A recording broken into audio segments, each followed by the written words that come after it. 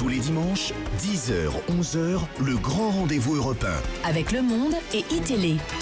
Vous n'avez pas invité ce groupe de 21 et le meeting que vous allez faire, Emmanuel Macron.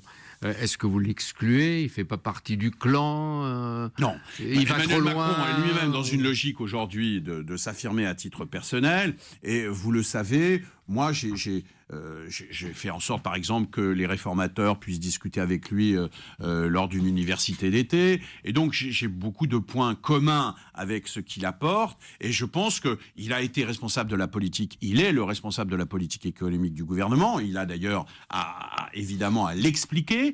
Simplement, je pense qu'aujourd'hui, ces derniers jours, son message est peut-être brouillé. Il brouille un petit peu son message.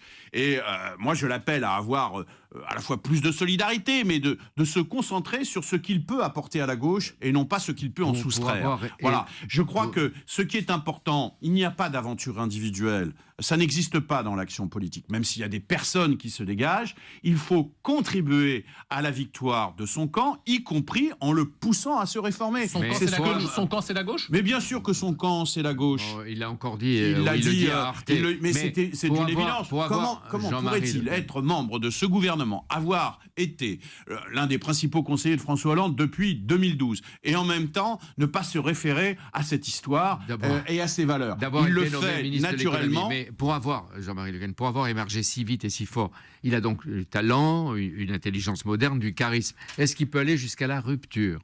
Je ne crois absolument pas à la fable que nous entendons ici et là, selon laquelle il pourrait être candidat face à François Hollande. Je n'y crois absolument pas. Ça n'arrivera pas. Je n'ai pas bien entendu.